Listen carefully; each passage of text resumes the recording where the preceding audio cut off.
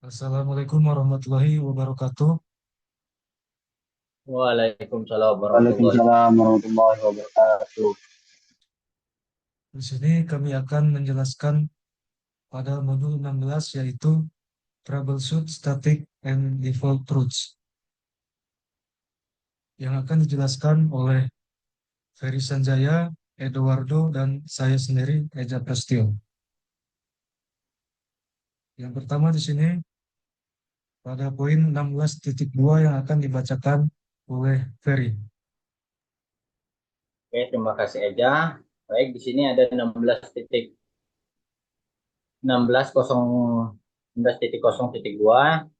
What will I learn to do in this module? Atau apa yang akan kita pelajari dalam modul ini? Topik title atau judul topik. Yang pertama ada Packet Processing with Static Roots, Troubleshoot IPv4 Static and the Full Load Configuration, yaitu pemrosesan paket dengan rute statis dan memecahkan masalah konfigurasi rute statis dan default IPv4. Topik objektif yang pertama itu ada explain how a root process packet when a static root is configured, troubleshoot common static and default root configuration issues. Oke, selanjutnya di 16.1.1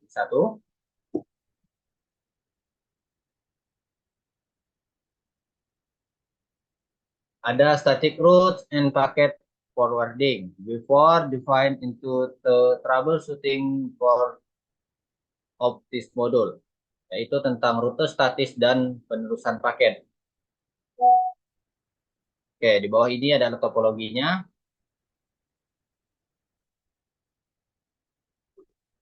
Nah, jadi di sini itu yang pertama itu paket tiba pada antarmuka G0/0/0 atau R1 ya. Nah, selanjutnya R1 tidak memiliki rute khusus ke jaringan tujuannya, yaitu 192.168.2.0/24. Oleh karena itu, R1 menggunakan rute statis default. Jadi, R1 merangkum paket data dalam bingkai baru karena tautan ke R2 adalah tautan titik ke titik. R1 menambahkan alamat AL1S untuk alamat tujuan layer 2. Yang keempat, frame itu diteruskan keluar dari antarmuka serial 0/1/0. Paket tiba pada antarmuka serial 0/1/0 di R2. Yang kelima itu R2. R2-nya mendekapsulasi bingkai dan mencari rute ketujuan. R2 memiliki rute statis ke 192.168.2.0/24 dari antarmuka serial 0/1/1. Selanjutnya, R2 merangkum paket dalam bingkai baru. Karena tautan ke R3 adalah tautan titik ke titik, R2 selanjutnya itu frame diteruskan keluar dari antarmuka serial 0/1/1. Paket tiba pada antarmuka serial 0/1/1 di R3. Selanjutnya R3 itu mencari entry tabel ARP untuk 192.168.2.10 guna menemukan alamat media access control atau MAC layer 2 untuk PC3. Jika tidak ada balasan ARP yang jika tidak ada balasan entry, R3 mengirimkan permintaan Address Resolution Protocol atau ARP dari antarmuka gigabit Ethernet 0/0/0 dan PC3 itu merespon dengan balasan ARP yang menyertakan alamat MAC PC3. Selanjutnya R3 itu merangkum paket dalam bingkai baru dengan alamat match antarmuka gigabit Ethernet 0/0/0 sebagai alamat lapisan 2 sumber dan alamat MAC PC3 sebagai alamat MAC tujuan. Selanjutnya yang terakhir frame diteruskan keluar dari antarmuka gigabit Ethernet 0/0/0. Paket tiba pada antarmuka kartu antarmuka jaringan NIC VC3. Selanjutnya di 16.2.1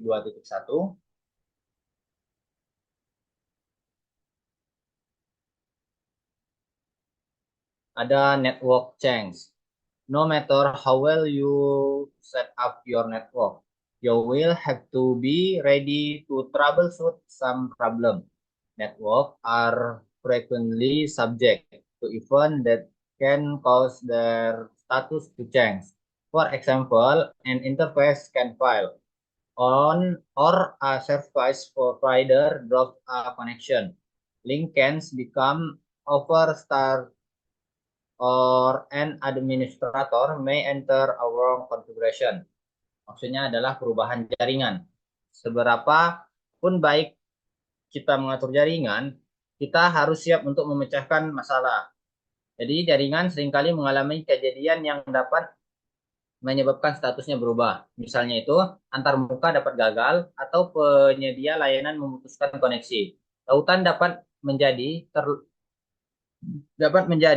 terlalu jenuh atau administrator dapat memasukkan konfigurasi yang salah. Bila terjadi perubahan pada jaringan, konektivitas dapat terputus. Administrator jaringan bertanggung jawab untuk mengidentifikasi dan menyelesaikan masalah. Oke, itu penjelasan dari saya. Selanjutnya akan dilanjutkan oleh Eduardo.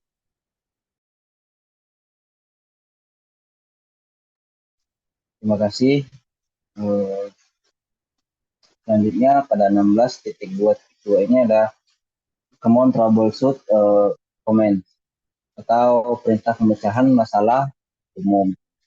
Nah, di sini ada 5 poin untuk pemecahan masalah iOS pada umumnya. Itu meliputi yang pertama itu ada ping, dua router root, yang ketiga ada show IP root, yang keempat itu ada show IP interface brief, dan yang kelima itu ada show CDP network detail. Nah, pada gambar itu menunjukkan topologi yang digunakan untuk mendemonstrasikan perintah ini. Nah, untuk perintah ping itu contohnya itu menampilkan hasil ping lanjutan dari antarmuka sumber router 1 ke antarmuka LAN router 3. Nah, ping lanjutan ini adalah versi yang disempurnakan dari utilitas ping. Ping lanjutan ini juga memungkinkan kita untuk menentukan alamat IP sumber untuk paket ping itu tersampaikan atau tidak. Nah, setelah itu ada trouble router root.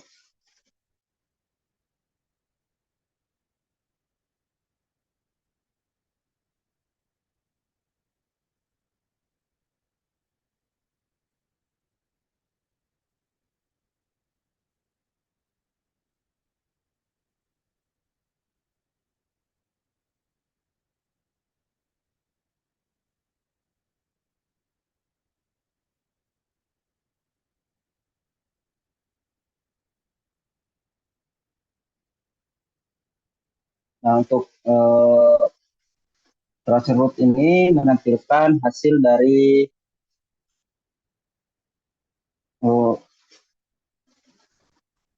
router 1 ke router 3. Itu menunjukkan replay ya. Terus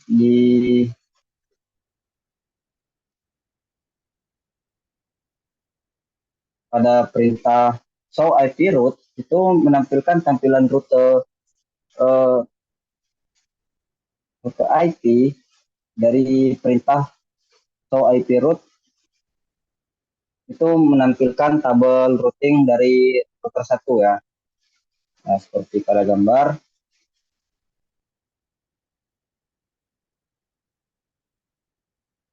pada tampilan di belanja so IP interface.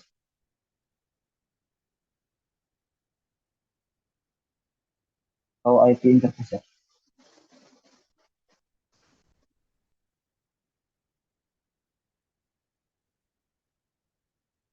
Nah, untuk tampilan di so IP interface ini menunjukkan status cepat semua dari antarmuka pada router yang ditampilkan menggunakan perintah show IP brief dalam contoh.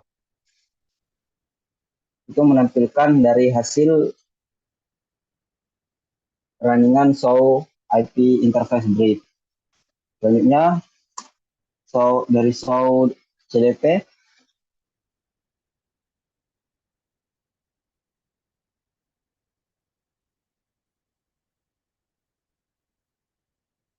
Nah, untuk show CDP Nightbar ini, perintah ini menyediakan daftar perangkat dari Cisco yang terhubung langsung. Perintah ini memvalidasi konektivitas layer 2 dan dari perintah ini memvalidasi koneksivitas dari layer 2. Contohnya, jika perangkat tangga tercantum dalam output perintah, tetapi tidak dapat di ping, maka pengalamatan layer 3 harus diselidiki. Contohnya pada gambar itu menunjukkan bahwa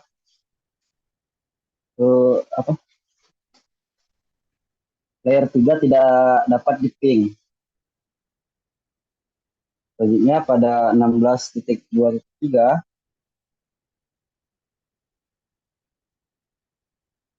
di situ pada 16.2.3 ini ada solve connectivity problem atau memecahkan masalah konektivitas. Nah, untuk menemukan rute yang hilang ataupun salah konfigurasi, proses yang relatif mudah jika alamat yang tepat digunakan secara metodis. Misalnya dari yang digambar ini, misalnya di PC1 itu melaporkan bahwa ia tidak dapat mengakses sumber daya dari LAN router 3. Nah, hal ini dapat dikonfigurasi dengan melakukan ping ke antarmuka LAN router 3 menggunakan antarmuka LAN router 1. Nah, sebagai LAN router 1 sebagai sumber. Sekali lagi kita akan menggunakan topologi pada gambar di bawah ini untuk menunjukkan cara memecahkan masalah koneksivitas. Nah, untuk itu yang di ping-pingnya itu ya.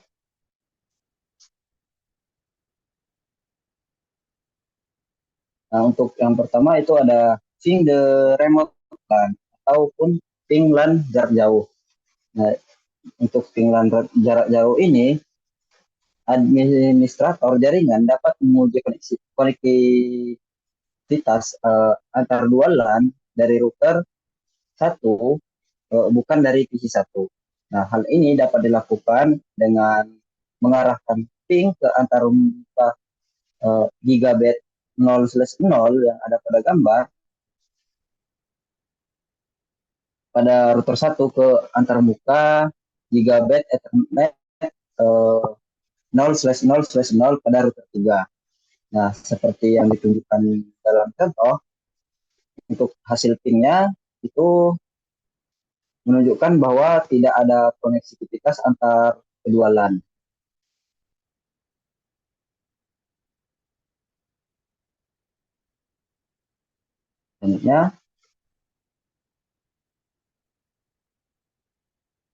Selanjutnya pada ping the next hop routers. Nah, itu menunjukkan ping ke antarmuka pada router 2 berhasil. Nah, ping ini bersumber dari antarmuka S0/0/1/0 router 1. Jadi masalahnya bukan pada konektivitas antarmuka router 1 dan 2. Selanjutnya,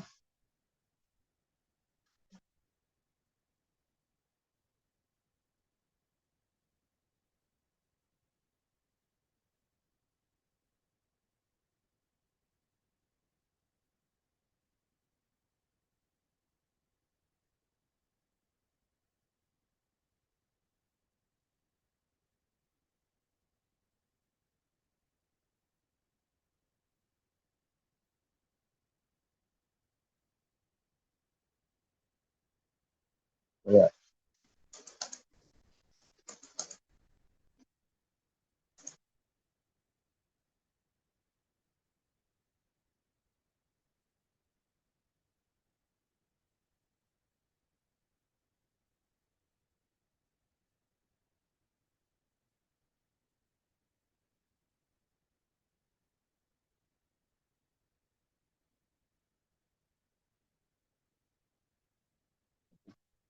bentar ya.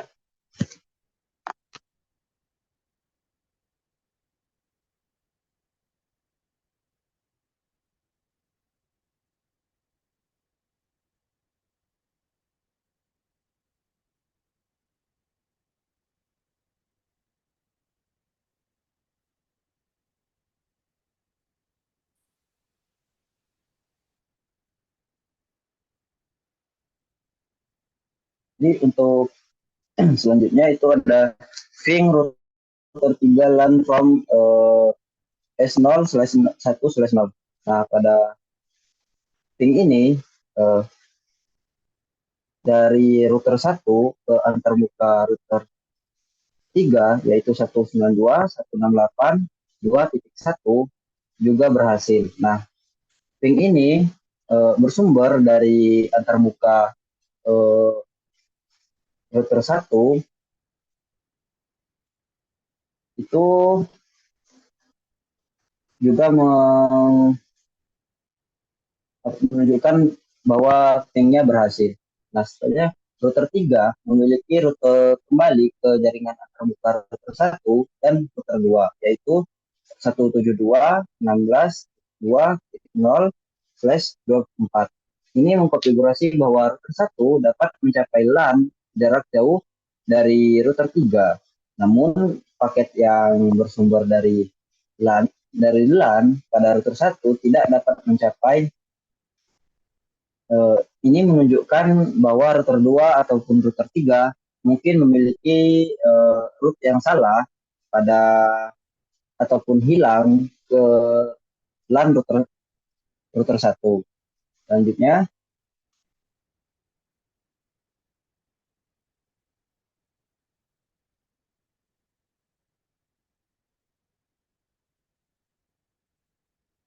nah untuk uh, correct the route, route to static route configuration atau verifikasi trouble routing router 2. Ini mengarahkan kita untuk langkah selanjutnya, itu menyelidiki tabel perutaan pada router 2 dan 3. Nah, tabel perutaan ini untuk router 2 ditunjukkan dalam contoh, yaitu perhatikan bahwa jaringan 172.16.3.0/4 dikonfigurasi secara tidak benar. Nah, root statik ke jaringan 172.16.3.0 ini telah dikonfigurasi menggunakan alamat host berikut, alamat host 192.168.1.1. Nah, oleh karena itu paket yang ditunjukkan ke jaringan 172.16.3.0/4 itu dikirim kembali ke router 3, bukan ke router 1. Selanjutnya,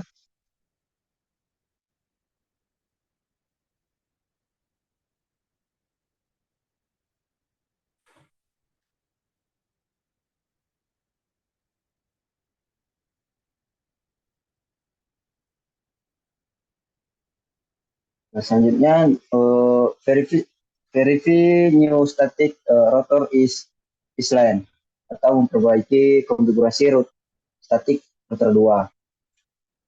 Untuk memperbaiki konfigurasi yang berjalan, memang eh, mengungkap pernyataan rute IP yang salah itu kita harus dihapus ya. Dan rute yang benar itu adalah IP root 172.16.3.0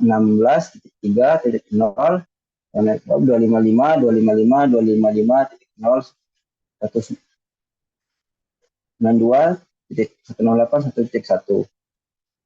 Nah, selanjutnya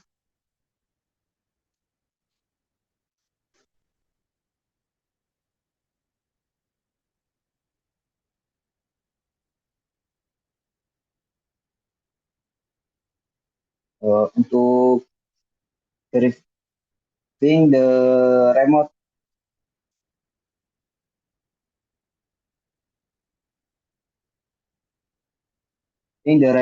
LAN again itu menunjukkan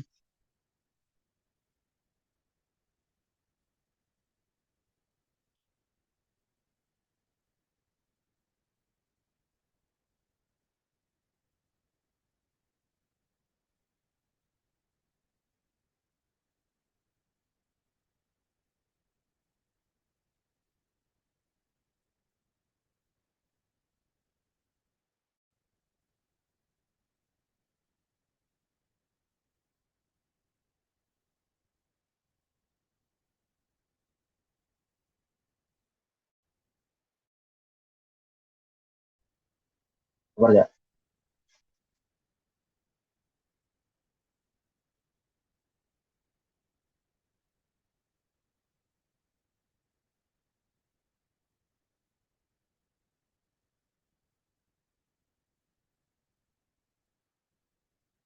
Selanjutnya untuk ping the remote LAN again itu menunjukkan ping dari router 1 yang bersumber di gigabit Ethernet 0/0/0 digunakan untuk memverifikasi bahwa router 1 sekarang dapat mencapai antarmuka LAN router 3. Eh, untuk langkah terakhir dalam konfigurasi, pengguna pada PC 1 juga harus mengkonfigurasi konektivitas ke LAN yaitu 192.168.2.0/24. Selanjutnya akan dilanjutkan oleh rekan saya, itu Eja Prasetyo. Saya silakan. Baik, terima kasih Eduardo. Berikutnya pada poin 16.3.3 yaitu What did I learn in this module? Apa yang kita pelajari pada modul ini? Tadi sudah dijelaskan yaitu yang pertama pemrosesan paket dengan rute statis. Yang pertama, paket tiba pada antarmuka R1.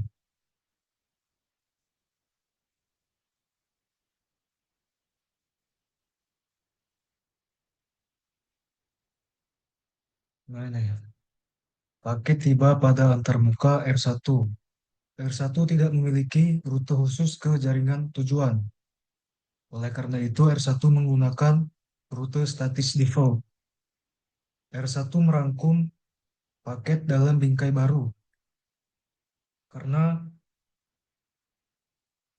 tautan ini adalah dia end-to-end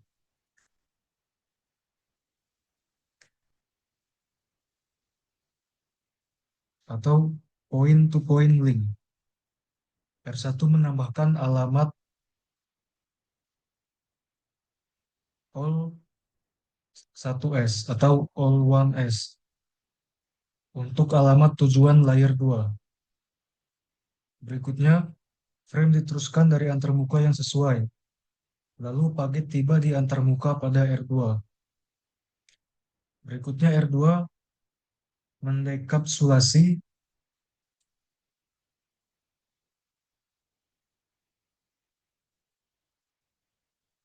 Di sini R2 mendek, mendek, mendekapsulasi bingkai dan mencari rute ke tujuan. R2 memiliki rute statis ke jaringan tujuan. R2 lalu melalui salah satu antarmukanya. Berikutnya R2 merangkum paket dalam bingkai baru, karena tautan ke R3 adalah tautan point to point. R2 menambahkan alamat all 1S untuk alamat tujuan layer 2. Berikutnya frame diteruskan dari antarmuka yang sesuai, yaitu paket sehingga paket tiba di antarmuka R3 di S011-1. R3 mendekapsulasi bingkai dan mencari rute ke tujuan. R3 memiliki rute yang terhubung ke jaringan tujuan melalui salah satu antarmukanya. Berikutnya R3 mencari entry table ARP untuk jaringan tujuan guna menemukan alamat MAC layer 2 untuk PC3. Jika tidak ada entry, R3 mengirimkan permintaan ARP dari salah satu antarmukanya dan PC3 merespon dengan balasan ARP yang menyertakan alamat MAC PC3. Berikutnya, R3 merangkum paket dalam bingkai baru dengan alamat MAC antarmuka yang sesuai, yaitu D0/0/0 sebagai alamat lapisan 2 sumber dan alamat MAC PC3 sebagai alamat MAC tujuan. Dan yang terakhir, frame diteruskan dari antarmuka yang sesuai. Paket tiba di antarmuka kartu antarmuka jaringan atau NIC dari PS3, PC3. Dan berikutnya adalah memecahkan masalah konfigurasi rute statis dan default IPv4 atau default route configuration. Jaringan seringkali mengalami kejadian yang dapat menyebabkan statusnya berubah. Antarmuka dapat gagal atau penyedia layanan memutuskan koneksi. Tautan dapat menjadi terlalu jenuh atau padat, sehingga administrator dapat memasukkan konfigurasi yang salah. Perintah pemecahan masalah iOS yang umum meliputi sebagai berikut. Yang pertama itu bisa dites menggunakan ping, traceroute atau pelacakan rute, show IP route untuk menampilkan rute IP, show IP interface brief untuk menampilkan ringkasan antarmuka IP, dan yang terakhir show CDP network detail, yaitu untuk menampilkan detail tetangga CDP. Baik, berikut adalah penjelasan dari kelompok kami tentang modul 16 ini, yaitu tentang troubleshoot static and default routes. Untuk lebih kurangnya kami mohon maaf. Kami akhiri. Assalamualaikum warahmatullahi wabarakatuh.